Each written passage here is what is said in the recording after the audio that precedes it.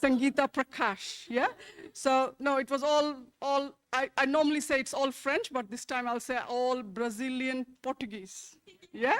Okay, all right, so thank you for the introduction. Yeah, as Sarah mentioned, I'm Sangeeta. I'm an associate professor in food technology at the University of Queensland. And just quickly, I will briefly introduce where I come from before we actually go to the real lecture, okay? So, anyone has been to Australia? Yeah? Okay, fantastic. So that's the map of Australia. If you're planning to come, it's good to see the map. We don't have many states, but it's a very big country. And if you want to visit, you need to have plenty of time to go around, yeah? So where I come from, it's Brisbane, which is in the northeast part of Australia map. It's called Queensland. It's the Sunshine State. It's called Sunshine State.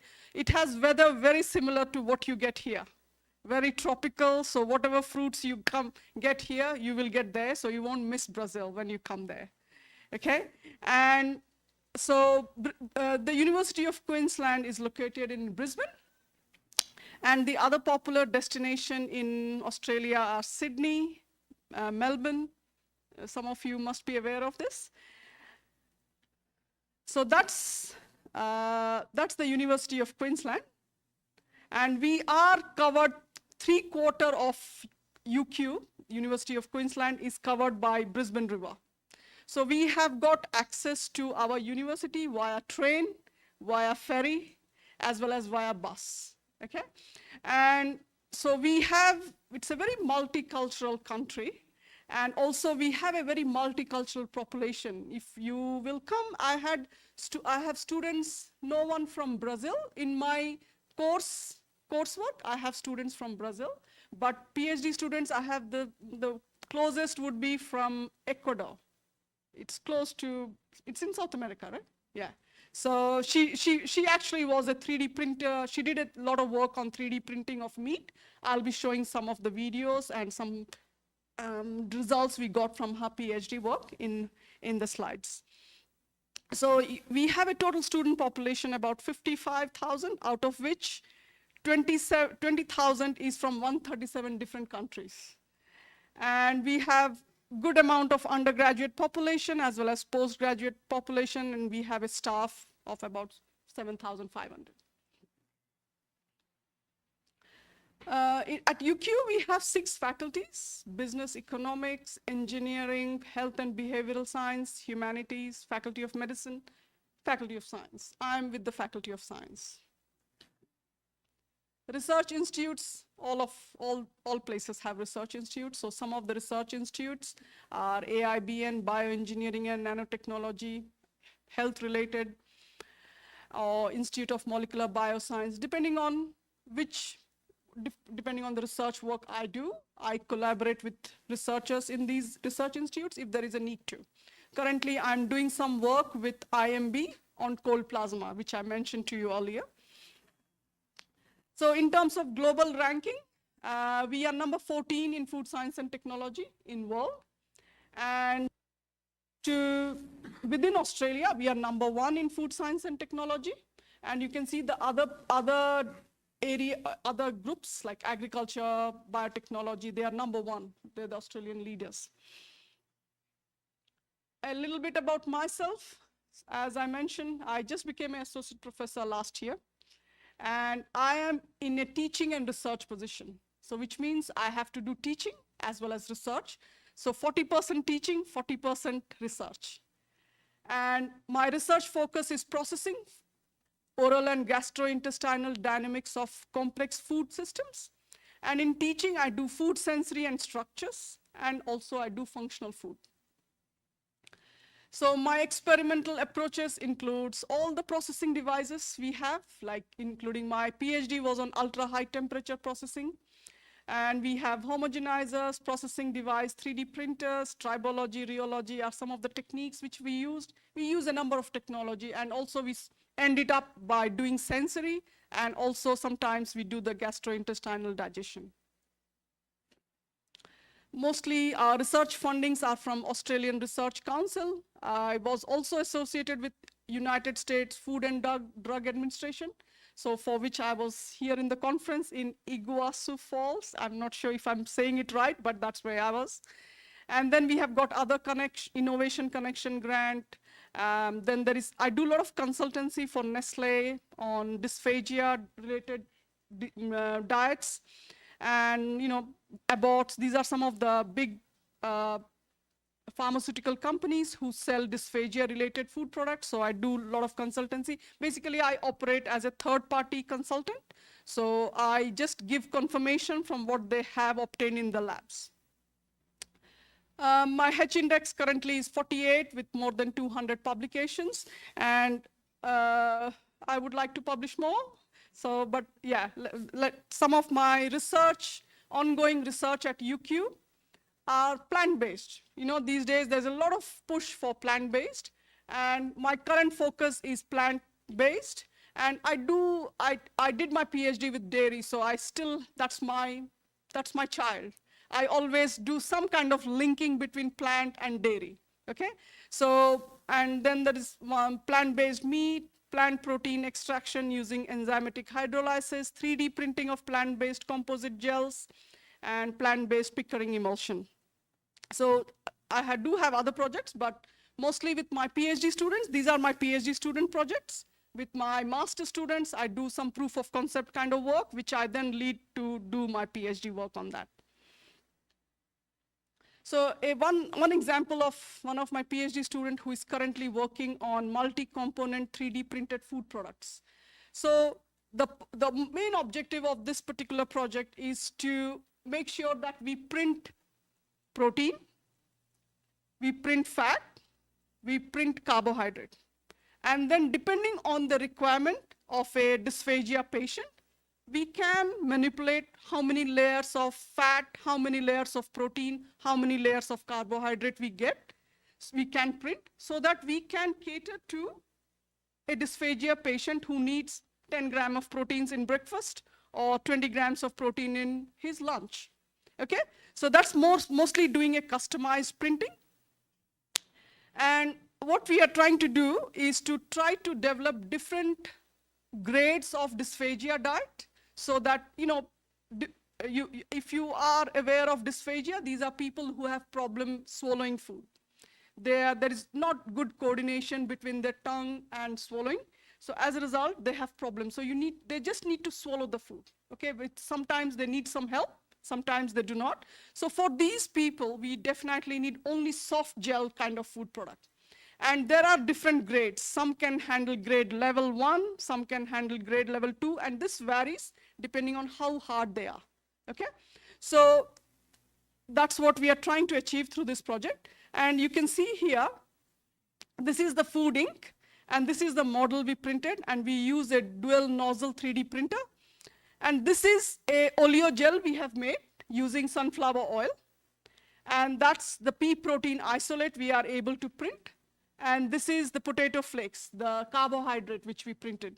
So what we are trying to do is then put them all together to make sure that they meet the requirement for dysphagia diet and are able to meet the nutritional requirement. So that brings to my topic, transition from 3D to 4D printing approaches and application in food. All of you are here aware, right? What is 3D printing? Some of you, there's a lab running here, so I expect most of you are aware, but my slides are very simple. I was expecting undergraduate students, so I don't know, no offense, but if you are more than, I'm sure you are, some of you are PhD students, but it will be very simple presentation, so you should be able to follow it. Okay, so the outline of the presentation is basically, what is 3D printing? How do we create structures? Okay, I'll give you some videos of chocolate and meat, and then we go to 4D printing. What is 4D printing? Okay, and then future, what is 5D printing? Okay, I'm still not sure because I'm not sure what it means. Okay, but I'll let you know what it means and see what will be achieved, because there's still more work in progress, and maybe in the future there'll be next presentation, maybe I can show you something, but right now I don't have anything, just an example. Okay, so just before we start, I would just like to know, I'll let you know that we were the first one in Australia to write a book on 3D food printing. And this, I think this is from my review article. Maybe Bianca knows Fernanda, she's the one. I think this is from the review article, or I'm not sure, from the book chapter. But that book is very popular. It is the first book in 3D printing, which was done in 2019 or 2018, yeah? So to start with, what is 3D printing, right? So 3D printing, so when you cook at home, when you're making some cookies at home, you put it in a baking tray, right? With some, like what do you call the holes, where you put your dough and then you bake it. So that is basically a two-dimensional. You know the diameter, you know the height, right? But when it comes to 3D printing, you give it three dimension, okay? Length, breadth, width. So that is why, and how it is printed layer by layer. This layer which you see here is all printed. So this little piston here, this is a extrusion brazed 3D printer where the material is in here, and this is the nozzle. So it first prints the bottom layer, and once it sets, it goes on to the next layer, and gradually it prints layer by layer, and that's why it is called 3D printing, and also it's called additive manufacturing, because you're adding a layer after layer in to create your structure. So now, why 3D printing? Like, this is a question which I always get asked. Why do you have to do 3D printing? What's the point, right? You can already easily cook it at home. Why do you spend so much time doing 3D printing? So we were just recently discussing now that, what are the disgusting food you have eaten? Okay, I have had silkworms. Someone had some kind of different products, right? So would anyone, if I give you insects now, would you eat? Some of us saying yes, some are saying no. So there you go. That's where 3D printing comes into picture. Okay, the world is coming very soon. We'll run out of food. Okay, the food which we are considering now normal, which we are eating, we won't have so much access to it. We will start depending on insects and a variety of things which you never thought would be food. Okay, that's when your 3D printer can come into picture. What it will do is you can mash it, make it into a mixture, make it into a puree. You won't see the worms, you won't see the insects when you make it into a puree. Put some nice natural ingredient, natural color, or some other product, some other ingredients to make it look pretty, say maybe orange color, and your insect will look like a carrot because you can control your texture, right? Through 3D printing, by using proper ingredients, you can you can control what your texture should be like, and you can print your products. So it can become the product can become, your insect flour can become mashed potato or carrots or some beautiful looking steak. Okay, so that's one thing. And since we are in need of reducing food waste, what we can do is any misshaped food, any improper shaped food can be utilized to make proper food, okay? And then you can also, that way we are reducing waste reduction. And just before I mentioned that you can customize your food, right? You can make, say you are conscious about your diet, so you can, if you have a 3D, to me, a 3D printer can be a future microwave oven in your home. Just like you have your coffee machine, you have your microwave or some kind of a device where you just press some buttons. And in the future, I think we will be getting our food ingredients in printer cartridges, which you bring home and print it, depending on how much protein you need, how much fat I need, how much carbohydrate I need, okay? So these are some of the examples where 3D printing can come into use. And if I'm not wrong, in America and a few other countries in Netherlands, they have started making pancake base. They have started making some pancakes. Pizza base are all made using 3D printing. And they are also using in some elderly homes as well. So now, all of you will agree with me that we are all fussy about our texture, okay? So do you like it when your cereals in the morning becomes very soft? No, right? You don't like a very soft banana either, right? So that's why texture is very critical. And what is texture? It's basically the interaction between the various ingredients in a spatial arrangement, right? So it is the interaction that gives the texture. And the texture contributes to flavor, to your taste. So it is very critical in deciding whether we want to buy the product or not, right? So 3D printing is emerging as a tool which can create novel texture. Yeah? It can create novel texture by controlling what ingredients you add, what processing treatment you're trying to give, and you can control your texture, okay? So this is a 3D printing, 3D food printer, which we have in our in our lab here. Do you have one dual nozzle? No? We have one dual nozzle. We have a single nozzle as well, but this is the most used 3D printer. So the 3D printer, there is two basic requirements for 3D printing. Basically, it should flow while printing, and once it prints, it should set, ready for the next layer. Okay, that is the minimum requirement. So what we are trying to do, when you're trying to make the product flow, we are trying to destroy the native structure of the product. Say, for instance, an apple. We want to make an apple. We want to make a 3D printed apple. You cannot use the whole apple. You need to first make the puree of the apple and then add other ingredients so that it starts to print and set. So that's why we are actually destroying the native stable structure so that it starts to flow. Then, once the flowing fluid-like state transforms the food to stable-like structure, once it sets, falls, it will set, and that's when your structure is formed, okay?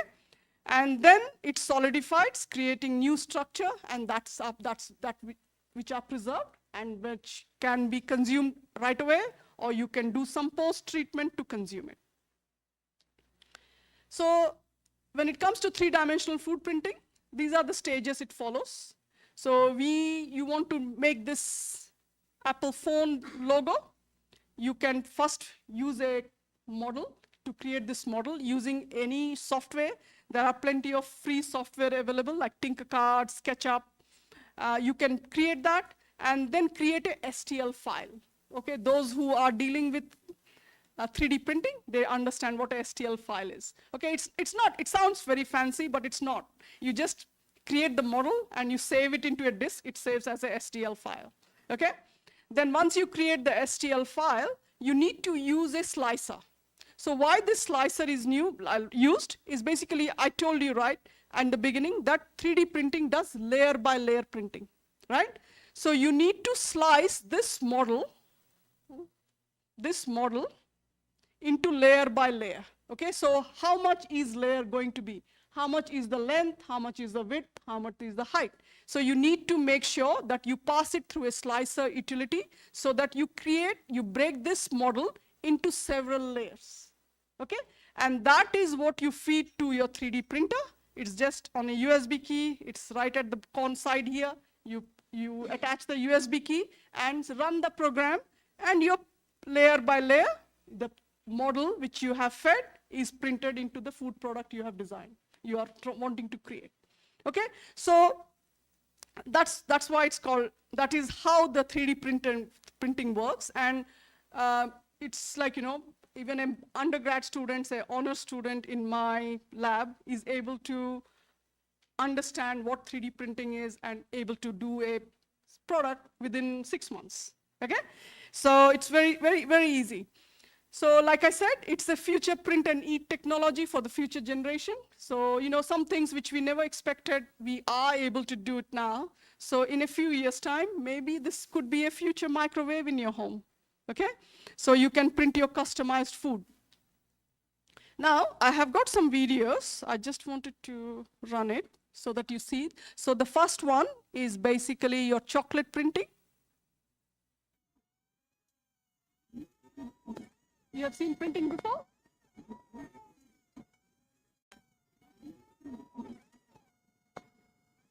So that's one of the PhD student who was working on chocolate.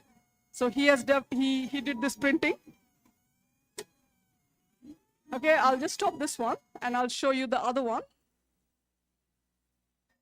So you can see here, he's creating an hexagonal structure with some support structure in the middle.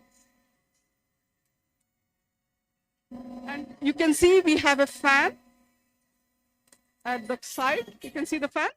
We deliberately have it so that, because you don't want sweating to happen on the chocolate, so it straight away sets because of the cold air which comes out, okay?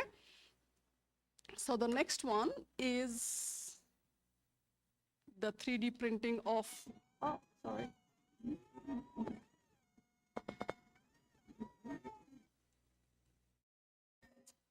Yeah. So this is the meat, 3D printing of meat. I'll just wait a bit longer so you can see how the dual nozzle works. You can see how well defined each layer you can see it.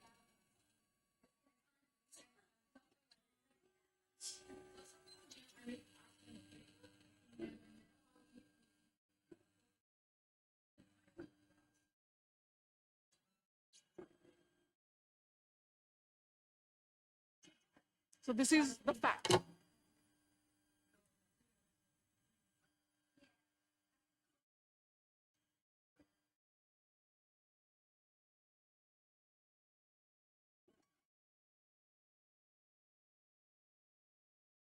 So you can see, you can control how much fat you consume.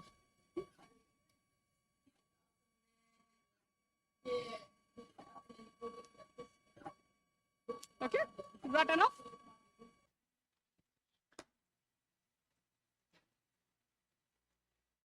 Okay.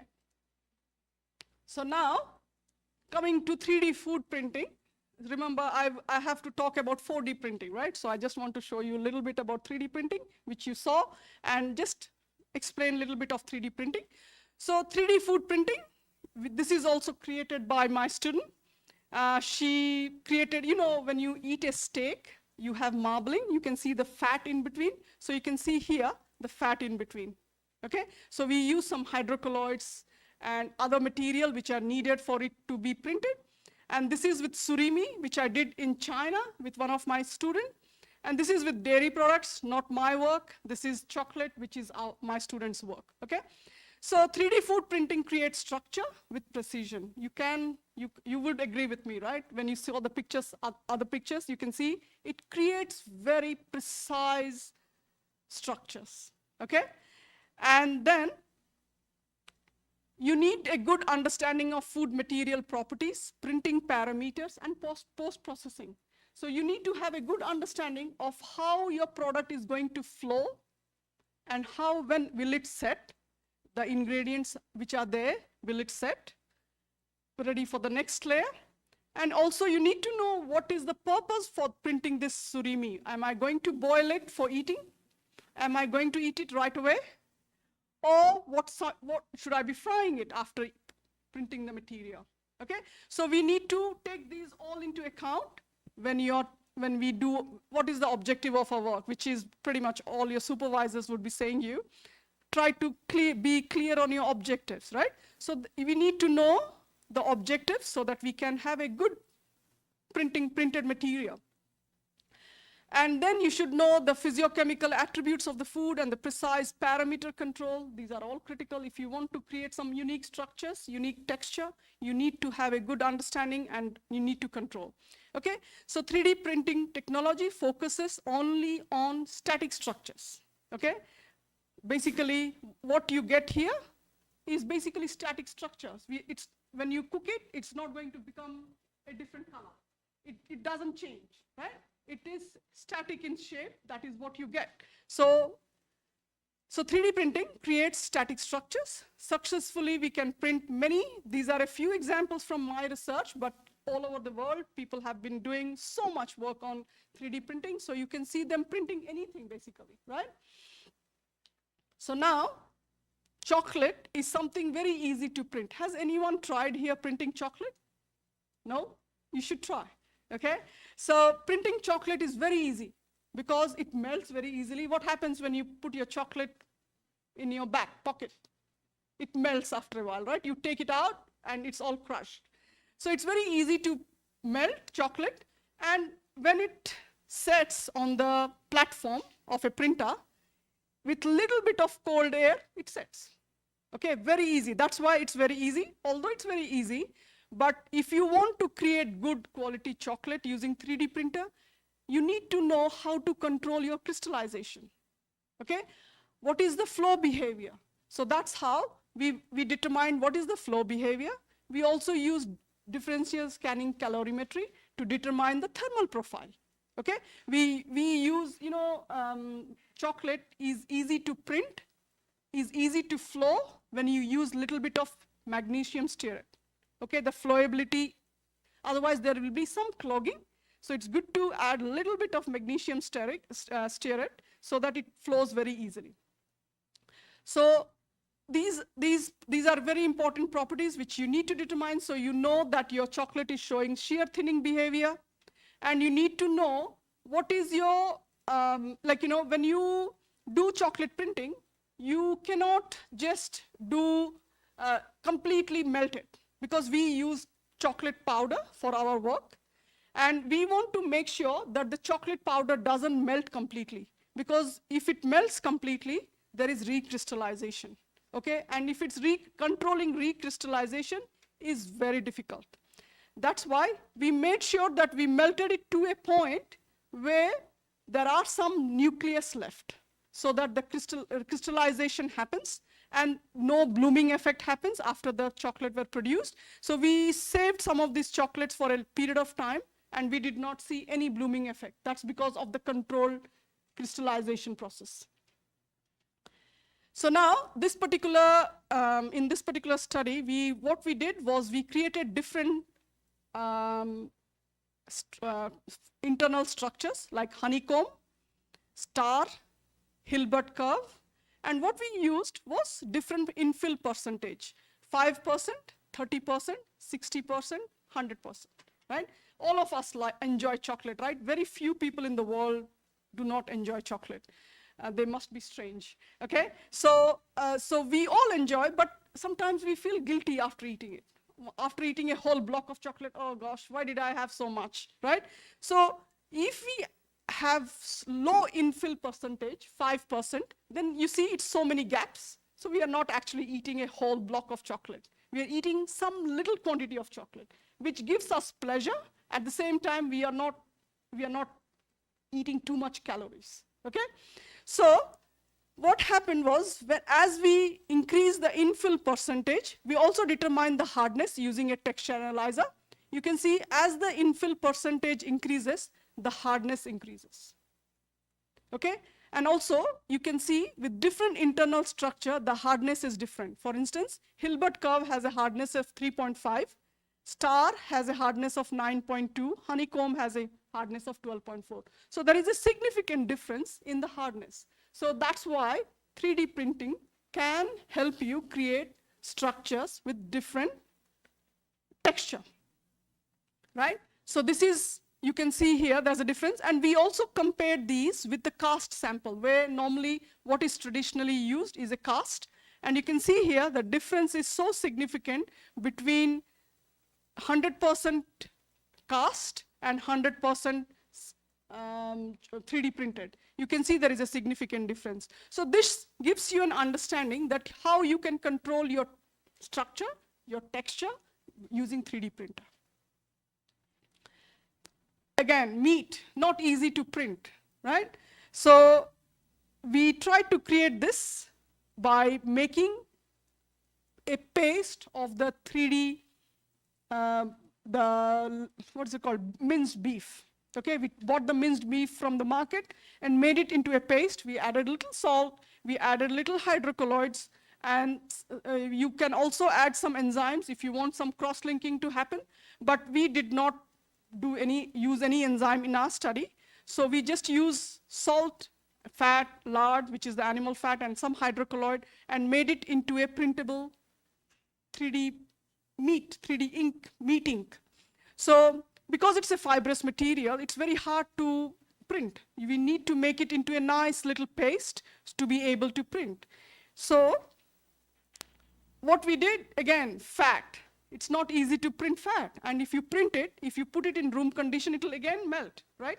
The lard, the animal fat would melt. So that's why we had to do this rheological properties. We had to determine the loss modulus, the tan theta, the viscosity, viscoelastic properties. And what we observed that at 23.23 degrees centigrade, the lard, that is the animal fat, presented solid-like behavior, and it was able to support the 3D printed, the meat structure and another layer of the structure without falling off. Okay, so again, emphasizing that when you do 3D printing, it's very important to determine the flow behavior. Okay, flow behavior is something which is very critical because that will help you establish what is the nozzle speed, what is the temperature you're going to set at your nozzle of the 3D printer. So those are the things we need to thoroughly understand. That's why material characteristics of the ink, the material which you're going to produce the ink from, is very important to understand. So what we did was, I showed you in the video earlier, that we created different layers of 3D minced meat, but with different layers of lard, fat layers. Okay, there was no fat added. There was one layer of fat. There was 2 layers of fat, there was 3 layers of fat. Okay, and if you see here, these were all cooked using sous vide. Understand sous vide cooking, where you put it in a plastic bag and then put it in a sous vide. So that's the cooking we did. And you can see here, there is a little bit of change in the sagging of the models. But otherwise they look pretty appropriate, right? If this one is provided to you, you would consume it, right? It doesn't look very awfully bad. Maybe the color, but after cooking, all the meat turns brown. So, and you can see here, the hardness, chewiness is varying depending on whether it is 50% infill, 75% infill, 100% infill, or whether it is 1 layer of fat, 0 layer of fat, or 2 to 3 layer, okay? So there is a significant difference, and that's what is the beauty of 3D printing, that it enables you to create different structure, different texture, different chewiness, different hardness, depending on what you want. Next comes to 4D printing, okay? What is 4D printing? Anyone knows here what is 4D printing? Of course you know, because you're doing work on 3D printing. So basically 4D printing is nothing but when you get a 3D printed structure in a pack, you take it home, microwave it, it changes color. It develops some new flavor, or it becomes a butterfly. Your chips becomes a butterfly. So that is what it is. A 4th dimension is added to your 3D printed structure when you are giving it some stimulus. The stimulus can be water, can be light, can be electromagnetic energy, or pH.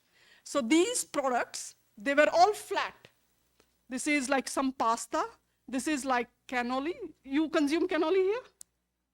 Maybe I spell it Spanish? Italian? Okay, sorry if I'm offending you. But so this is, these are the structures which actually got a 4th dimension when they were subjected to water or some exposure to some heat or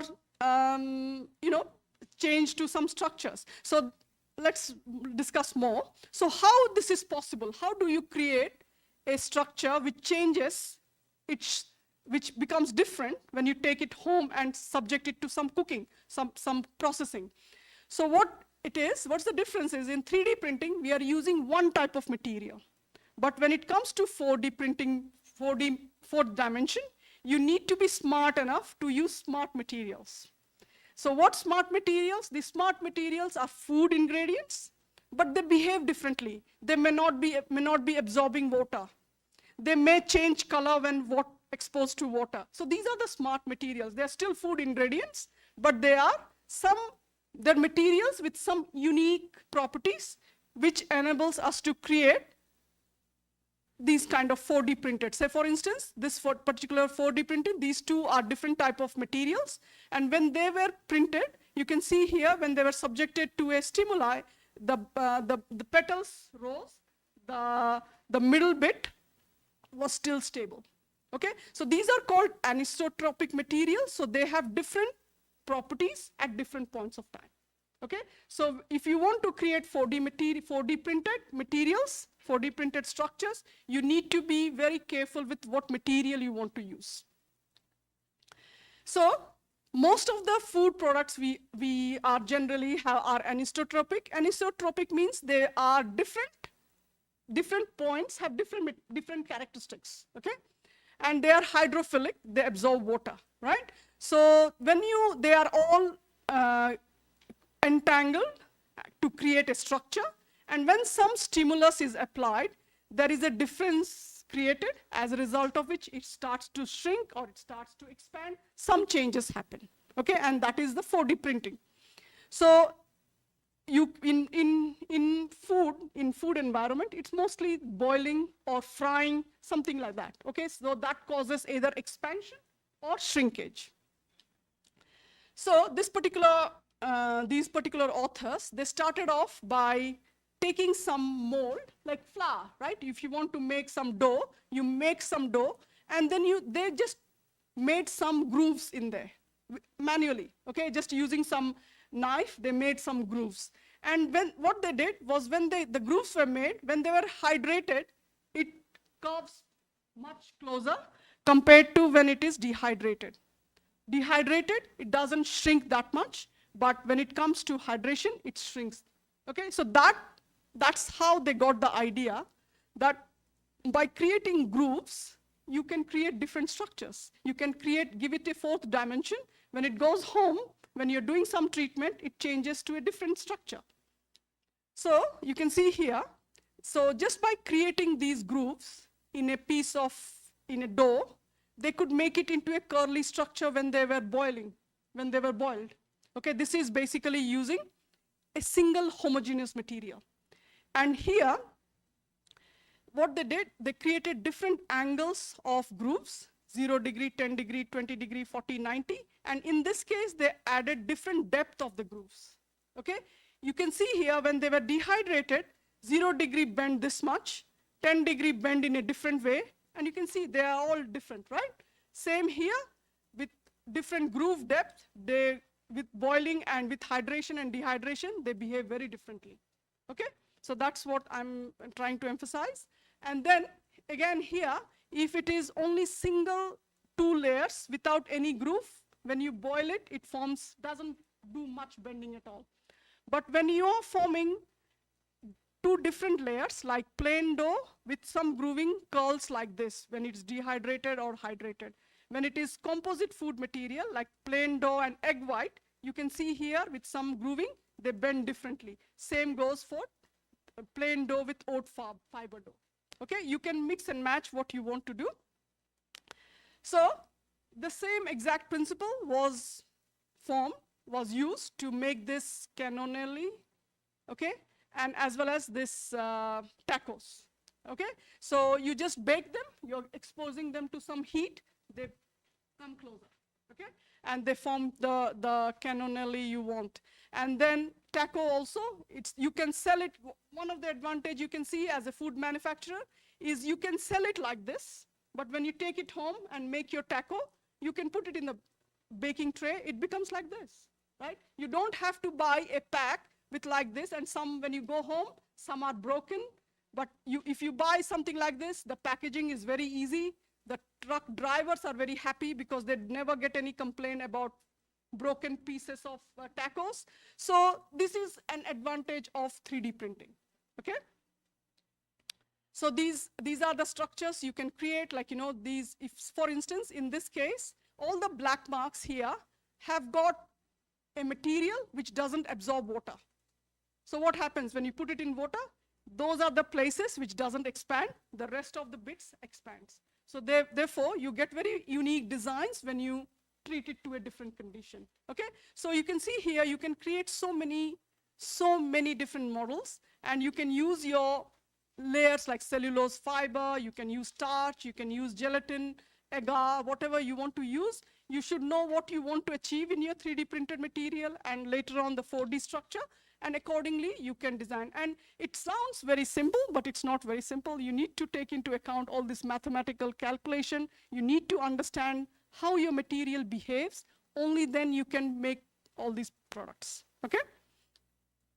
So so these are with cellulose and other. We tried to use some real food materials, like we use sorghum-based snack, and we use plain flour. The second layer, we use bi-layers, plain flour. Second layer was sorghum, plain flour, or tapioca starch. We use some xanthan gum, water.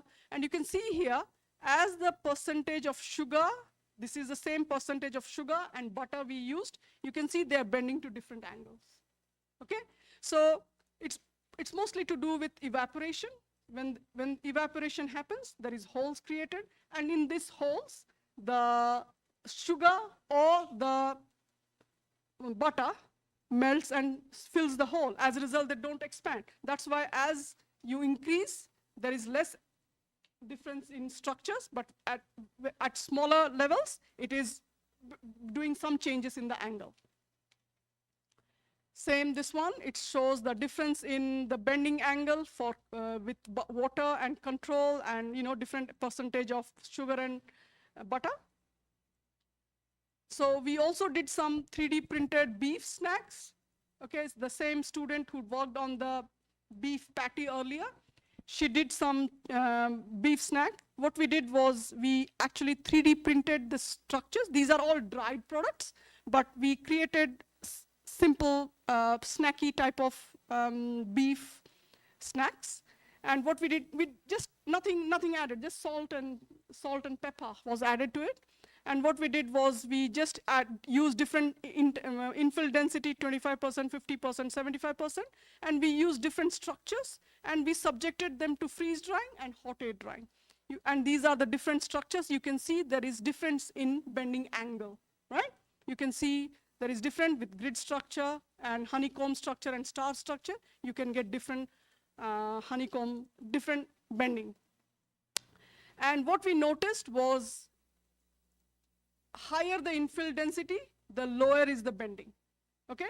And freeze-dried samples had porous structures compared to hot air dried snacks. So there was some differences, and as a manufacturer, if somebody is interested, you can do further research and find out which is the most appropriate one, which can work as a snack, beef snack in the market, okay?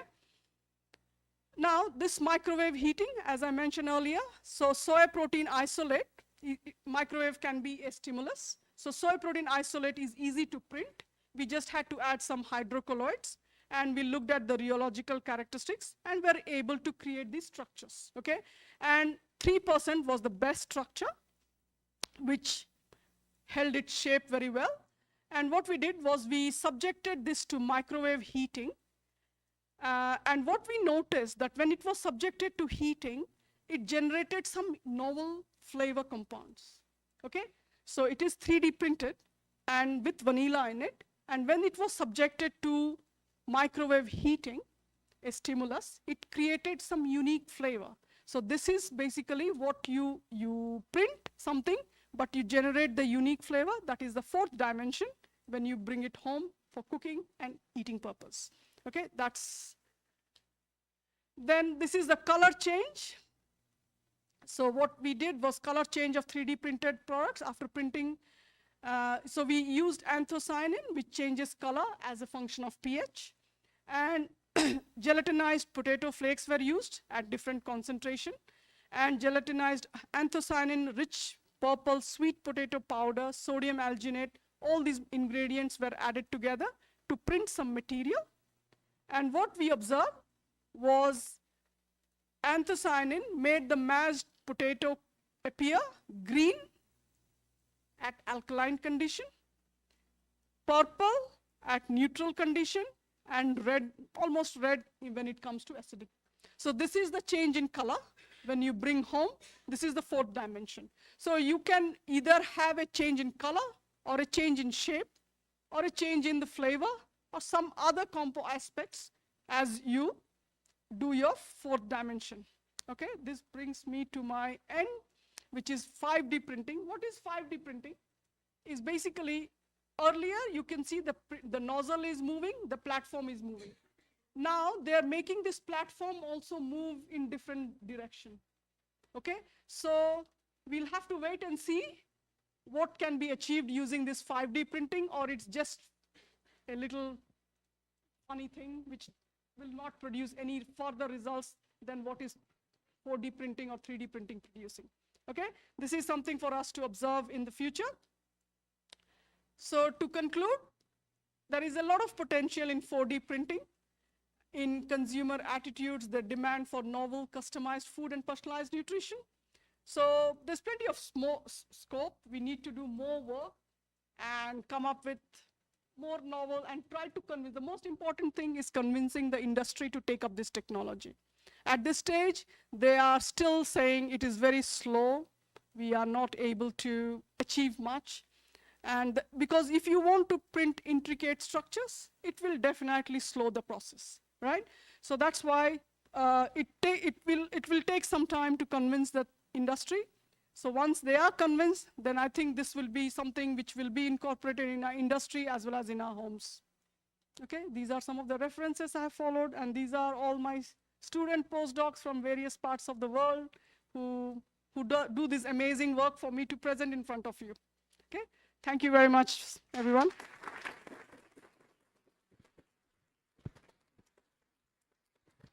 I'm happy to take any questions you may have. Yeah.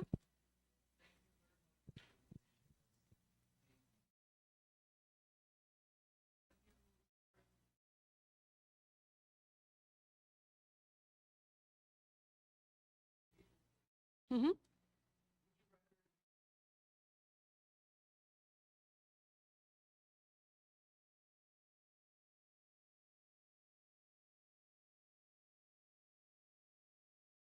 Yeah. So that's a good question, because earlier, not now, not anymore, but earlier when I used to do 3D printing presentation, they used to ask me, is it real? Is it real? So they never believed that I used food ingredients to print them, right? So to reply to your question, I would rather use real apple, rather than artificial something to make it. I would rather use real apple to make sure that the real aroma, real natural flavor is there. Yeah.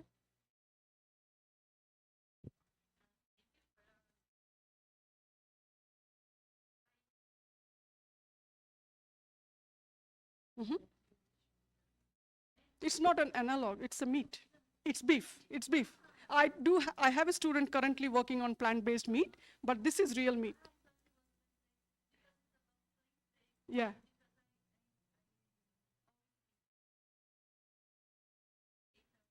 Yeah.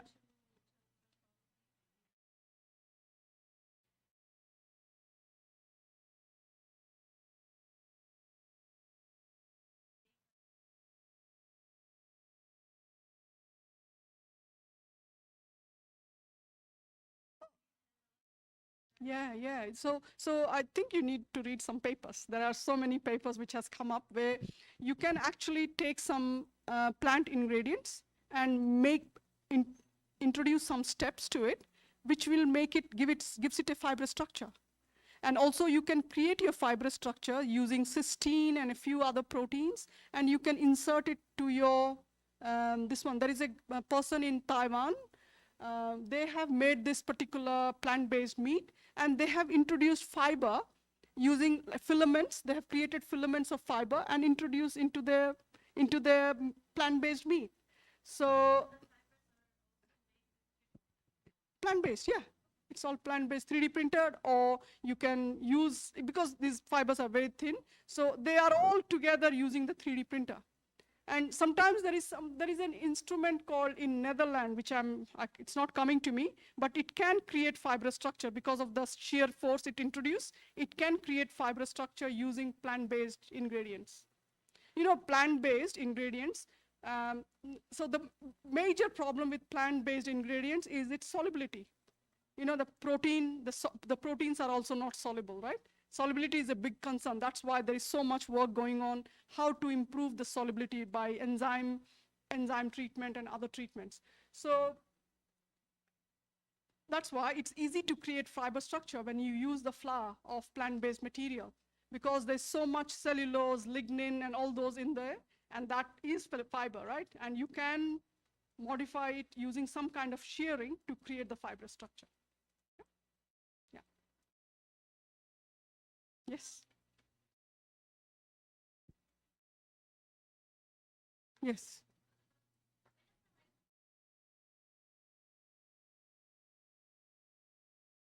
I showed you, right? You can make it healthier.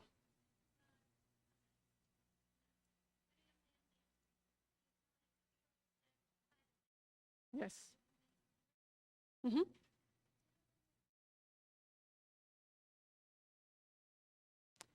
So that is what it is. That is why you need to understand what material goes in. So if you are concerned about the softness, we can do a project on it and make sure that your hardness level is what we can achieve using our ingredients which we achieve, which we use.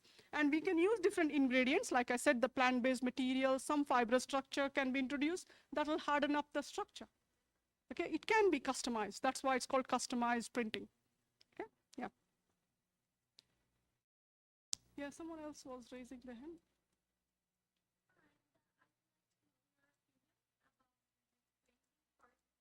Uh-huh.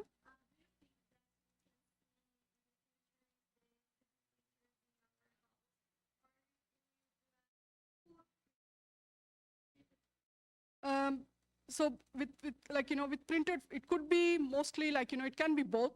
So with some certain things, which is too cumbersome, you won't be getting the cartridges. So it'll be snacks kind of thing. So it will be mostly snack materials. If they're 3D printed in large scale, it will be mostly available as a food, complete food from the market. But something like making a steak, you know, using your barbecue and everything, you can do those using your own. Yeah, because some things, it's better we make it our own way, right?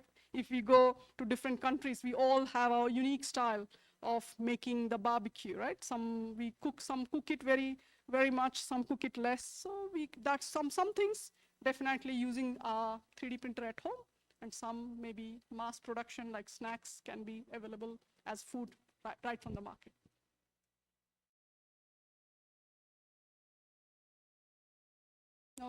No more questions? All good?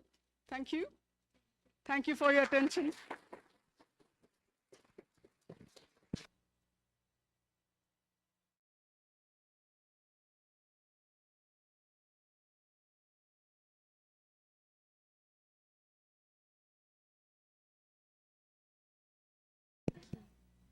A gente agradece a presença de todos e por hoje as palestras acabaram, mas às 7 horas tem a Game Night. Então, espero a presença de todos vocês.